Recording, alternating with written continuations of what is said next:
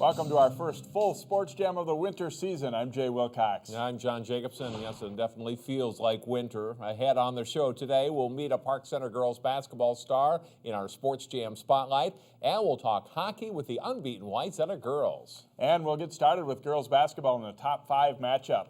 Hopkins has won the past 3 state class 4A titles and 5 total in the 2000s. Bloomington Kennedy won in 2005 and was runner-up in 06 and last season. Highlights from their matchup at Kennedy: Hopkins' D.D. Winston drives the lane, dishes to Molly O'Toole for the baseline jumper. Kenesha Bell is one of the state's top players. She hits a pull-up jumper here and is fouled on the play, and Kennedy leads it by 2. Later, Bell takes it coast to coast, and she'll score 2 more on a lay-in here for the Eagles. She gets 16 in the game, and the Eagles lead at this point by 8.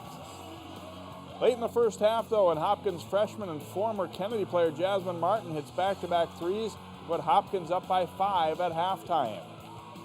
Second half for Coach Brian Cosgrove's club, and Taisha Rubbin drives, gets her shot blocked, but Mariah Livingston's there for the rebound and putback here for the Royals. Nia Hawley has a big second half for Hopkins. She drives and drops in a floater over the Kennedy defender. Hopkins wins this one 67-57. Champlain Park's girls basketball team looks to have one of its best teams in recent years. The Rebels faced an improved Armstrong club in the team's Northwest Suburban Conference opener. Timberwolves mascot Crunch on hand to provide some entertainment for the fans. Armstrong's Lyric Williams with a nice move to beat the Rebels defender and scores for an early 6-2 Falcons lead. Lexi Alexander is a Division I signee headed to South Dakota State. She takes it all the way and scores 2 of her 11 points. Taylor Severin misses a 3-pointer for the Rebels, but Sydney Hilly is underneath and scores for Champlain Park. They go on an 11-0 run to lead by 7. Final seconds of the first half, Williams with a steal, gets it to Latea Turman, who drains a long 3 at the buzzer. The Falcons are back to within 5 at the half. Second half now. And Kelly Heitens passes into the paint to Hannah Krimble for 2. The sophomore in a big second half. Armstrong doesn't go away, though. Williams with the steal. Takes it in for 2 more for team-high 24 points. Hannah Sasek added 17 for the Falcons, but it's not enough. Krimble gets a step on the defender and scores. She nets 25 points. Champlain Park wins 71-55. The Rebels are now 2-1. Maple Grove finished a game back of Osseo and Centennial in the Northwest Suburban Conference a season ago. The Crimson opened the season against last year's North Suburban champion as they played host to the Cooper Hawks. Cooper's in white, and they push it ahead to Manita Kelly for the long 2-pointer from the wing. The Hawks are within 9-8 at this point. Mark Cook's team, though, takes over from there. Haley Barker pushes it ahead to Mackenzie Barda, who finds Allie Schmidt for 2 inside. It's 18-8 Crimson. Barda drives and kicks out to Kayla Jones, who keeps it moving to Cora Bourbonnais from the corner. She hits a 3. She scores 11. It's a 22-0 run for Grove. A great fast break here. Barda to Jones to Emily Dean for the layup. Maple Grove leads at 47-22 at the half. Second half now, Mary Eckberg drives to the baseline and dishes to Schmidt for the hoop. It's 55-27 Crimson. 9 points for Schmidt in the contest as Maple Grove blows past Cooper 73-40, spoiling Drew Wood's debut as Hawks coach. The Park Center girls basketball team has high expectations this season. The Pirates open Northwest Suburban Conference play on the road at league favorite Centennial. Michaela Hayes hits the fadeaway in the lane for PC. And then Kate Simonet hits a 3 as the Pirates try to cut into an early Centennial lead. But it's mostly Cougars in the first half. J.C. Girding drives and hits the scoop shot. Her team leads 52-30 at halftime. Second half, Deja Morris hits a 3 from the wing for a 62-38 Cougars lead. Park Center does chip away at the lead. Kayla McMorris drops a nice turnaround jumper in. But it's ultimately Centennial winning 83-66 is the final. We'll meet Kayla McMorris later in our Sports Jam Spotlight. Saturday was a day full of basketball at the Breakdown Sports Tip-Off Classic at the Lindbergh Center at Hopkins High School. Park Center's girls scored a nice bounce-back win, handing Kennedy its second loss in a row. The Pirates win 64-59 behind 25 points from McMorris. The Hopkins girls beat Anoka 68-57 for their 22nd win in a row, dating back to the middle of last season. Maple Grove beats Rochester John Marshall 57-42. Kayla Jones had 17 for the Crimson. There were a few boys' games, including the big Apple Valley De La Salle showdown. Hopkins has no trouble with St. Michael Albertville as 5 Royals score in double figures. Breck gives Minnetonka a challenge before falling 78-65. Well, the best season in Wayzata cross country wrapped up Saturday in Oregon with a national championship for one of their teams. The Wayzata girls win the Nike Cross Nationals in Portland. They edged the 7-time defending national champions from Fayetteville Manlius in upstate New York by 12 points. Wayzata's total team time, 92 minutes, 23 seconds for their top 5 runners. Anna French is the top finisher for Wayzata, placing 8th overall with a time of 17 minutes, 43.4 seconds on the 5K course. Wayzata's boys also competed in the Cross Nationals, and they placed 15th overall in the national meet, won by Gig Harbor of Washington State. Edina, who was runner-up to Wayzata in the state high school meet last month, finished 10th. Connor Olson runs the fastest time for Wayzata with a time of 15 minutes, 36 seconds. And what a great performance by Wayzata. The rankings are one thing. Wayzata's girls were ranked at or near the top nationally all season. They proved it on the course Saturday. Congratulations for them. Many of them now go on to Nordic skiing. There's a lot more to come on Sports Jam. Next up, we'll hit the rink for hockey action.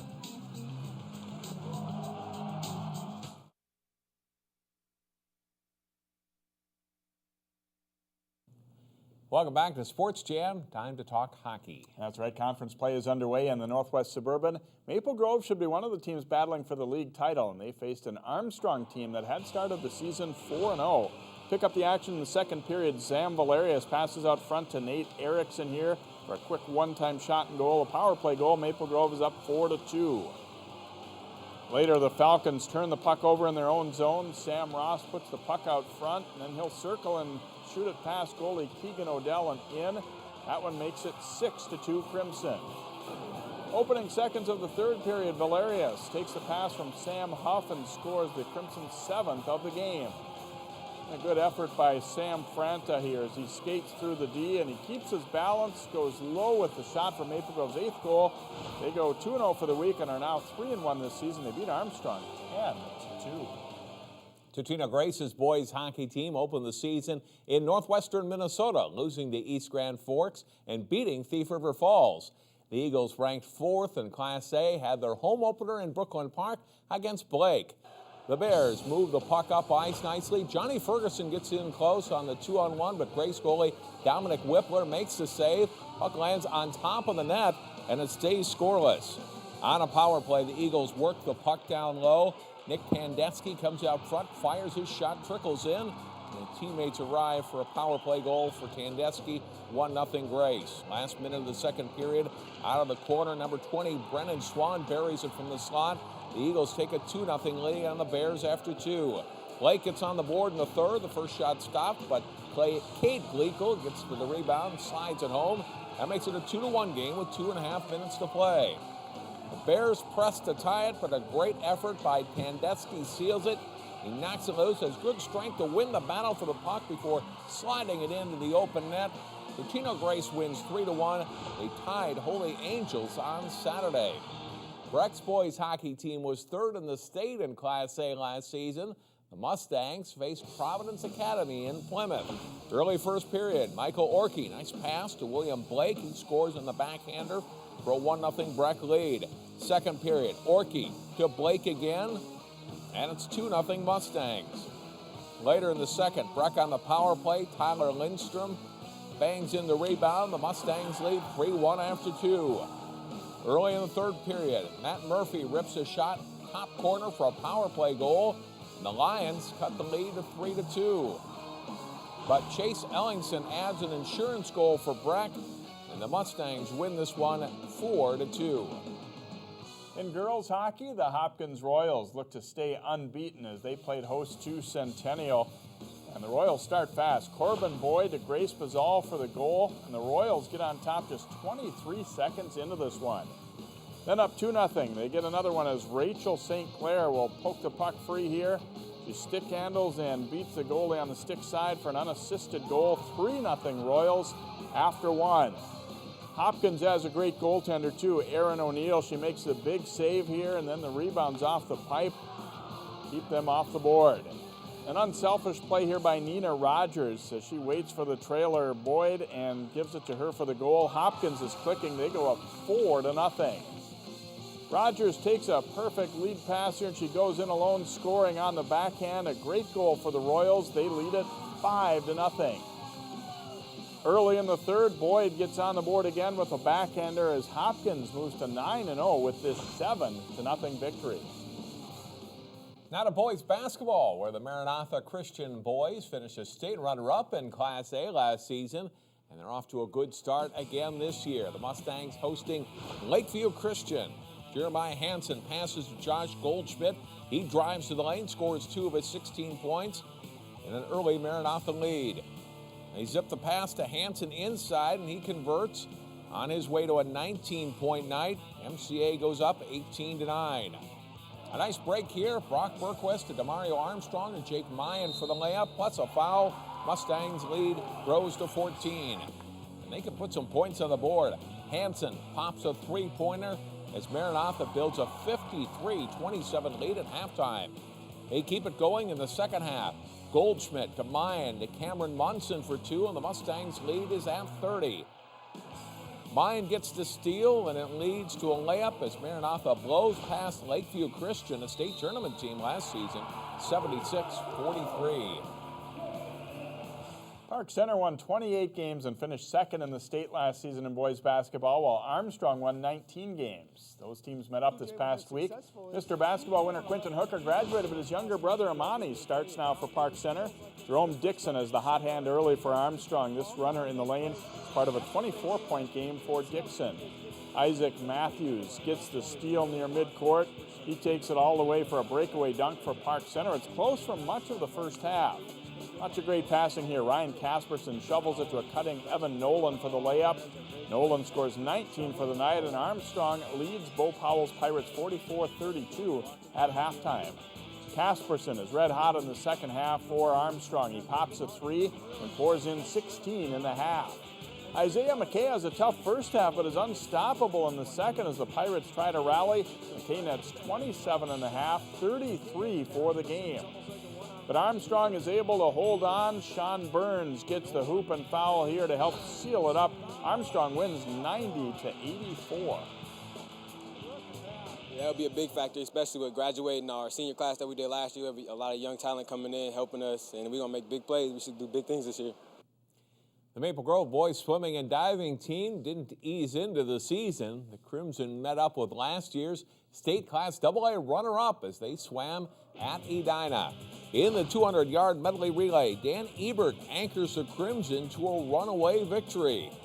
200-yard freestyle, Maple Grove's Andrew Wong is home with a winning time of 1 minute 51.78 seconds.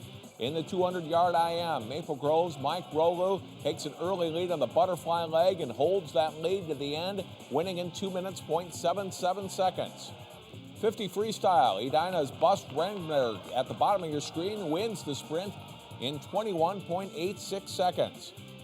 Corey Walkick is the only Maple Grove diver competing, but he wins with a total of 174.55 points, and that helps Maple Grove pull out a 93-92 win over the Hornets. The early part of the prep wrestling season often features a lot of Saturday tournaments. Maple Grove had its annual invitational over the weekend. New London Spicer takes the title there with 187 points, with Rogers right behind in second place. Host Maple Grove is sixth, with Park Center placing 12th. Champlin Park was third, and Hopkins fifth at Fridley's Don Myers Invitational. Next up, it's our Sports Jam Spotlight. We'll meet a Park Center girls basketball standout who is one of the state's best players.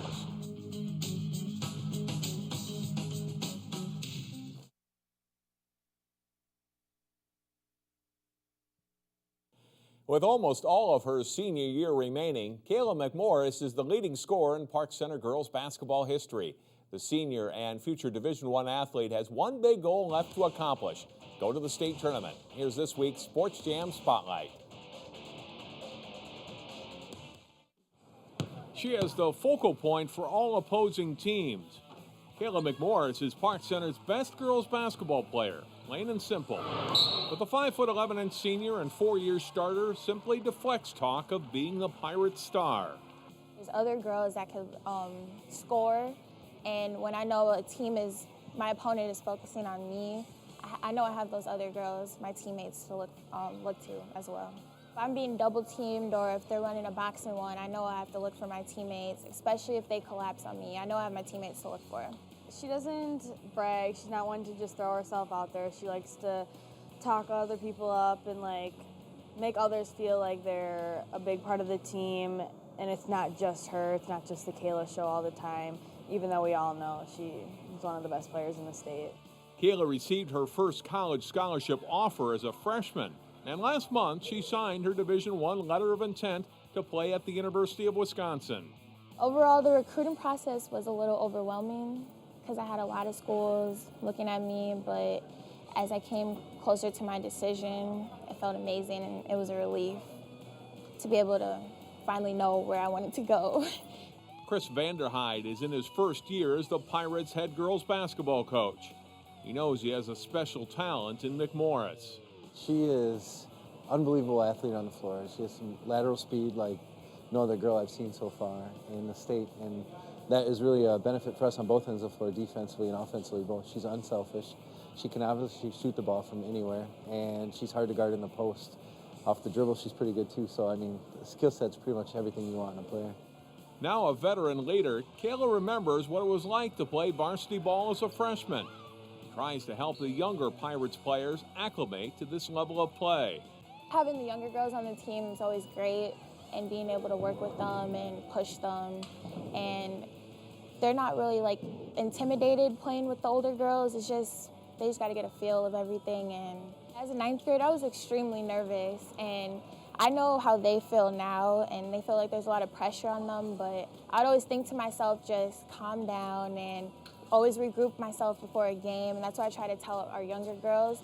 Kayla honed her game the past several summers, competing with the North Tartan Elite Basketball Club. As a 14-year-old, she was part of a national championship squad, teaming with other local players that include Champlain Park's Alexis Alexander, Osseo's Io Port, and Maranatha Christian Academy's Madison Lee. All have earned college scholarships for basketball. I've become really closer with them. Those are like my sisters, and over the years we really built a sisterhood together, and on the court we're enemies, but off the court we can be friends and best friends again. While her long-term basketball goal is to play either in the WNBA or in Europe, Kayla knows that hoops won't last forever and wants to go into sports broadcasting. Kayla worked with us here at Channel 12 last winter as part of the District 287 Honors Mentor Connection program. I really enjoyed it. It was a great experience, being able to know about the field more. And for college, I'm thinking about majoring in journalism and communications. In this era of open enrollment, it's not unusual for top players to transfer to elite programs. Kayla McMorris started and will finish as a Pirate. That's a big deal to many, including her coach. Her staying in Park Center, I think, is a good testament to the kind of person and the character she has. And it's a message to kids in Minnesota that you can stay in your own district and still have success and get noticed. It's been a great experience, and even though we probably didn't get the turnout we wanted our past 3 years against De La Salle, I know this upcoming season we're coming at them, and we really want to get to our goal, and that's to win state. Kayla is averaging 23 points per game through the Pirates' first 3 games. She said the best players she's faced in high school basketball are former Hopkins player Nia Coffey and Bram grad Rebecca Dahlman. Jay talks hockey with the unbeaten Wayzata girls when Sports Jam continues.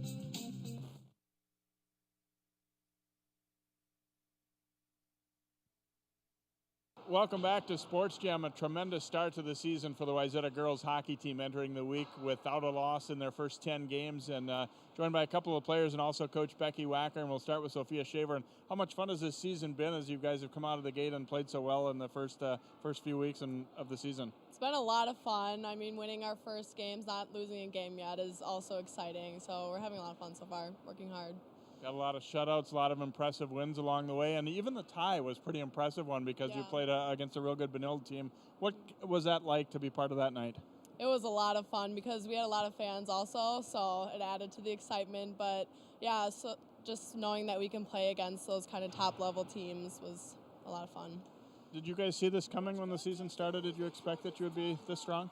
Yeah, we knew we had a lot of strength with all of our players, but after practice, we also saw that we had good team chemistry as well, so we were happy about that. I looked at the rankings before coming over here. Number 1, 2, 3, and 4, all late conference teams. It's nothing new that it's a good conference, but is that pretty amazing to see that?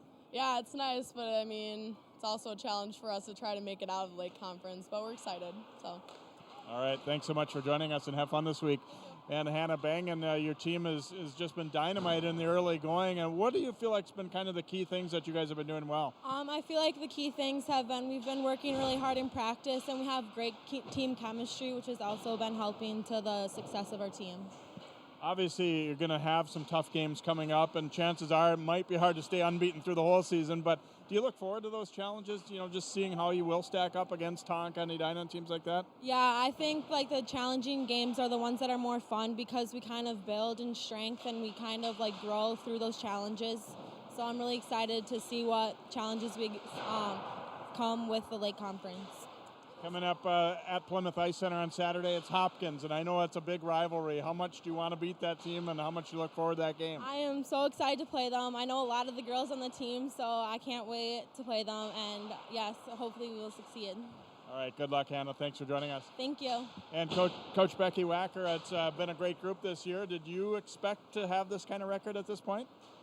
I always hope that we will, but we had a lot of talent, a lot of success in the youth ranks coming up, and then also it started in STP where we were working really hard. The girls had great chemistry, and they're really pushing each other, and they did a lot of things in the off season that the coaches can't have any part of, and so they really took it on themselves, and that's what you're looking for from a team, to see that they're going to have a lot of success early on. You got this Lake Conference Showcase. How did the idea for that come about? Was it the coaches who decided to put this together and have all the teams right here at Plymouth in one day? Yeah, it was, I don't know if it was the preseason or postseason coaches meeting, but we all talked about it and thought that it was a great idea to a lot of teams that most often when we're playing, if I'm playing a Lake Conference team, so are the other Lake Conferences all at the same time, so we don't get to see each other. And, for people who really like hockey, Lake Conference is a great conference to watch play, so it's, I'm really excited about Saturday, not only for our game, but also being able to see some of the other teams play. And, the coaches always have them playing great hockey, and it's fun to watch. And so we really wanted to make sure that we had a chance to showcase what our conference is. Okay, congratulations on a great start, and hopefully there's a lot more to come for the Trojans. Thanks so much. All right, Becky Wacker, the head coach, Wayzata girls hockey, and their game with Hopkins coming up Saturday here at Plymouth Ice Center. You'll be able to see that one on 12 Sports as well. We'll be back to wrap up Sports Jam right after this. Channel 12 encourages you to support an area food shelf with donations during this holiday season. Go to 12.tv to see a list of food shelves in the northwest suburbs. Our game of the week is that Lake Conference girls hockey matchup between number 2 Hopkins and number 3 Wayzata. Watch it live on the web at 12.tv Saturday at 6. You can catch it on Channel 12 Monday night at 10 p.m. And that will do it for this week's show. Stay warm as you head out to the gyms and rinks for games this week. That's right. It's pretty much full go now for all the winter sports. We'll have all the action for you on Sports Jam. See you next week.